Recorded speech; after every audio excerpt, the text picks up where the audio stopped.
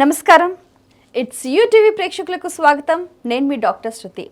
September మాస ఫలితాలు ప్రత్యేక కార్యక్రమానికి సాదర స్వాగతం. గ్రహ గమనాలు మనిషి యొక్క జీవన గమనంలో విశేషమైన ప్రభావాన్ని చూపిస్తూ ఉంటాయి. కొన్ని గ్రహాలు అనుకూలంగా ఉంటాయి, కొన్ని గ్రహాలు ప్రతికూలంగా ఉంటాయి. అయితే ఈ సెప్టెంబర్ మాసంలో ద్వాదశ రాశుల ఫలితాలు ఏ విధంగా ఉన్నాయో మనందరికీ కూడా తెలియచేయడానికి ప్రముఖులు మనతో పాటు ఉన్నారు. ఎన్నో దశాబ్దాలుగా అమ్మవారి ఉపాసన చేయటమే కాకుండా అమ్మవారి శక్తితోటి ఎంతోమంది సమస్యలకు చక్కని పరిష్కార మార్గాల్ని చూపటమే కాకుండా జ్యోతిష శాస్త్రపరంగా వాస్తు శాస్త్రపరంగా కూడా ఎంతోమందికి చక్కని సలహాలు సూచనలు అందిస్తూ మరెంతోమందికి కూడా మార్గదర్శకులుగా నిలవటమే కాకుండా తనకున్న పరిజ్ఞానాన్ని దేశ విదేశాల్లో అందరికీ అందిస్తున్నారు. మీ అందరికీ బాగా సుపరిచితులైన బ్రహ్మశ్రీ నానాజీ పట్నాయక్ గారు. వారితో మాట్లాడి మరిన్ని విషయాలు వారి మాటలు తెలుసుకుందాం. ఈనాటి కార్యక్రమం ప్రారంభిద్దాం. నమస్కారం గురుగారు. శ్రీమాత్రే నమః. తదుపరి మనకు వృషభ రాశి వారికి ఈ సెప్టెంబర్ మాసంలో ఫలితాలు ఏ విధంగా ఉంటున్నాయి? తప్పకుండా అమ్మ. ఇన్ని రోజులు వృషభం వారికి రాశి నుంచి పంచమంలో నీచపడినటువంటి శని ఇప్పుడు 6లోకి వెళ్తున్నాడు. అంటే ఆలోచన స్థానంలో నీచపడ్డవాడు పంచమంలోకి వెళ్తున్నాడు. అదొక శుభ సూచకం. ఈ మాసంలో ముఖ్యంగా బుధుడు కూడా మారుతున్నాడు. సింహంలో ఉండే బుధుడు కన్యారాశిలోకి 7వ తేదీ 26వ తేదీ మళ్ళీ తులలో శుక్రుడితో కలుస్తున్నాడు. చతుర్థంలో రవి ఉన్నాడు, ఆయన కూడా 17వ తేదీకి మారుతున్నాడు పంచమంలోకి. పంచమంలో చతుర్థంలో కేతువు కూడా ఉన్నాడు. ఆయన 3వ స్థానంలో గురువు, ఎగ్జాల్టెడ్ గురువు, 2లో కుజుడు, అండ్ లాభంలో శని వక్ర, దశమంలో రాహు. ఈ యొక్క గ్రహస్థితిని అనుసరించి వీళ్ళకి ఎలా ఉండబోతుంది డేట్స్ వైజ్గా చూసుకున్నట్లయితే ఈ యొక్క అంశాలు చెప్తుంది నేనైనప్పటికీ చెప్పిస్తుంది సాక్షాత్ లలిత అమ్మవారిగా భావిస్తూ. ఇక్కడ ఎప్పుడైతే పంచమం నుంచి ఆ గ్రహం మార్పు ఉందో కొంచెం షేర్ మార్కెట్ విషయంలో గతంలో దెబ్బతిన్న వారికి కానివ్వండి, కొంతమంది ఫ్రెండ్స్ విషయంలో, స్త్రీలు ఉండే ఫ్రెండ్స్ విషయంలో కలిగే ఇబ్బంది కానివ్వండి, ఇవన్నిటి నుంచి కొంత రిలీఫ్ వస్తుంది. అప్పు కూడా లభిస్తుంది. 3వ తేదీ నుంచి ఎప్పుడైతే లగ్నాలార్డ్ అంటే శుక్రుడు 6వ భావంలోకి వెళ్తున్నాడో అప్పు లభించడం అనేటువంటి జరుగుతుంది. అలాగే వీళ్ళకి ఏంటంటే వృషభం వారికి కొంచెం కుటుంబ సభ్యులతోని లేకపోతే ఏదైనా ఒక ఇన్వెస్ట్మెంట్ చూడండి, ఒక్కోసారి వీళ్ళు ఇన్వెస్ట్మెంట్ చేస్తే కుటుంబ సభ్యులు దాన్ని వ్యతిరేకిస్తారు, ఎందుకు కొన్నారు అక్కడ ఇప్పుడు. అలాగే ఏదైనా పెట్టిన ఖర్చు వల్ల కొంత స్ట్రెస్ ఉంటూ ఉంటుంది.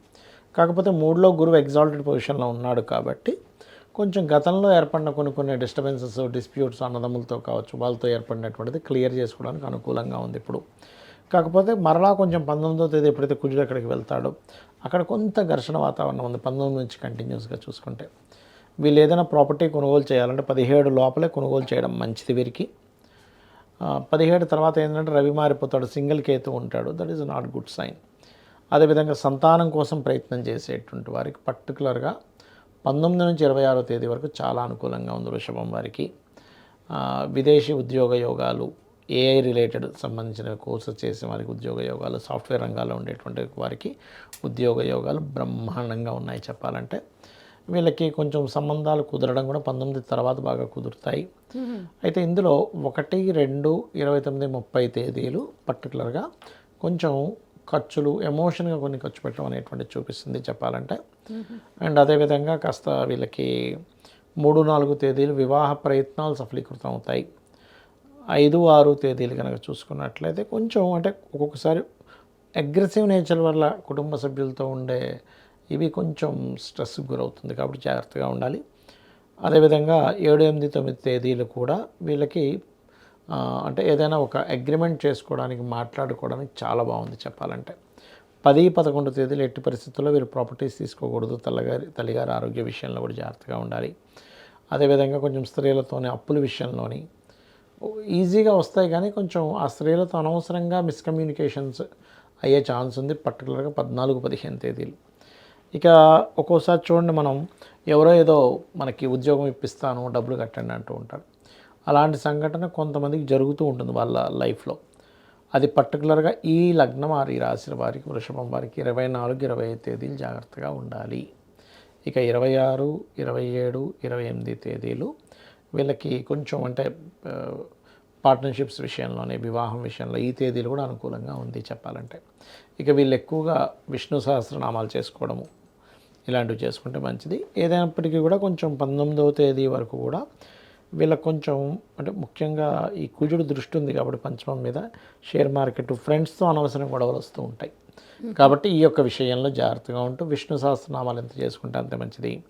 అలాగే ఓం కర్పూర వీటిక ఆమోద సమాకర్ష దిగంతరాయ నమః మంత్రం చేసుకోవాలి. వీరు ముఖ్యంగా ఏ విధానం చేసుకోవాలంటారు?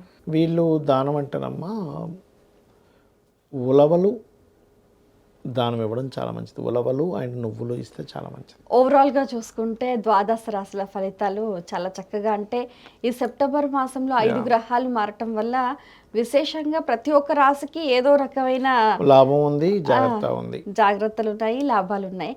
ఓవరాల్గా చూసుకుంటే ఈ మాసంలో ద్వాదశ రాశుల వారు ముఖ్యంగా ఆరాధించాల్సింది, అలాగే చేసుకోవాల్సిన పరిహార మార్గాలు మీ ద్వారా? అంటే ఒకటమ్మా, ఏ రాశుల ఒక్కొక్క రాశుల వరకు ఒక్కొక్కటి ఉంది సపరేట్గా.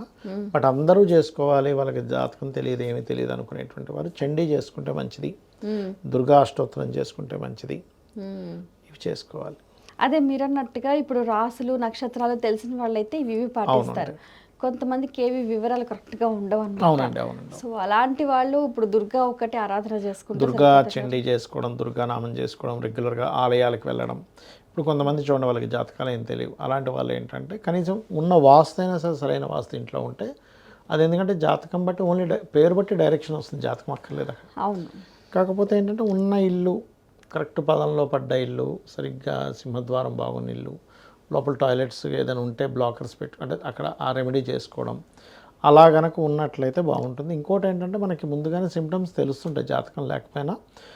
మన లైఫ్లో జరిగే సంఘటనలను ఆధారంగా చేసుకుని, స్వప్నంలో వచ్చే సంఘటనలను ఆధారంగా చేసుకొని మనం కొంచెం క్షేత్రాలకు వెళ్ళడం, ఆలయానికి వెళ్ళడం చేస్తూ ఉంటే, లేదా లలిత చదువుకోవడం రెగ్యులర్గా చేస్తూ ఉంటే ఖచ్చితంగా బాగుంటుంది. ద్వాదశ రాశుల వారు ముఖ్యంగా ఈ సెప్టెంబర్ మాసంలో గ్రహస్థితికి తగ్గట్టుగా ఏ దైవాన్ని ఆరాధించాలి, ఏ విధానం చేసుకోవాలి, సాధనా మార్గం ఏది అవలంబించాలి అంటే, ఇప్పుడు కొన్ని తెలిసిన వారైతేనేమో జాగ్రత్తలు తీసుకుంటారు, కొంతమంది విదేశాల్లో ఉండడమో లేకపోతే అవుట్ ఆఫ్ స్టేషన్ ఉండడమో, కొంతమంది అంటే రకరకాల పరిస్థితులలో ఉంటూ ఉంటారు. అవునండి. ఎవరు ఎక్కడ ఎలా ఉన్నప్పటికీ కూడా వారికి గ్రహాలు అనుకూలంగా ఉండాలి అని అంటే వాళ్ళు ఏం చేయాలి?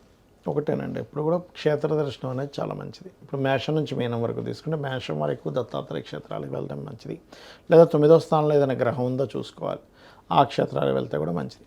వృషభం వారు తిరుపతికి వెళ్తే, మిథునం వారు ఎక్కువగా కాళికా అమ్మవారి ఆలయాలకి, కలకత్తా కాళీ, దుర్గా ఆలయాలకు వెళ్తే మంచిది. కర్కాటకం వారు దక్షిణామూర్తి ఆలయాలు, మంత్రాలయం ఇలాంటి ప్రదేశాలకు వెళ్ళాలి. సింహం వారు లక్ష్మీ నరసింహస్వామి క్షేత్రాలకు వెళ్తే మంచిదమ్మా. మనకి ఇక్కడ యాదగిరి ఉంది అట్లా.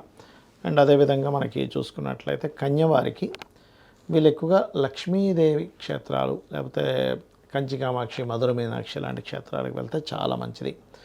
తులవారికి ఏంటంటే వీరికి విష్ణు ఆలయాలు, తిరుపతి కావచ్చు, పద్మనాభ ఆలయం కావచ్చు, ఇలాంటి క్షేత్రాలకు వెళ్ళాలి. వృశ్చికం వారు అన్నపూర్ణ ఆలయాలు, అమ్మవారి క్షేత్రాలకు వెళ్ళొచ్చు. ధనస్సు వారు సూర్య ఆలయాలకు వెళ్ళాలి. ఇప్పుడు ప్రస్తుతం ధనస్సు నుంచి 9వ స్థానంలో కేతు ఉన్నాడు కాబట్టి గణపతి క్షేత్రాలకు వెళ్తే కూడా చాలా మంచిది.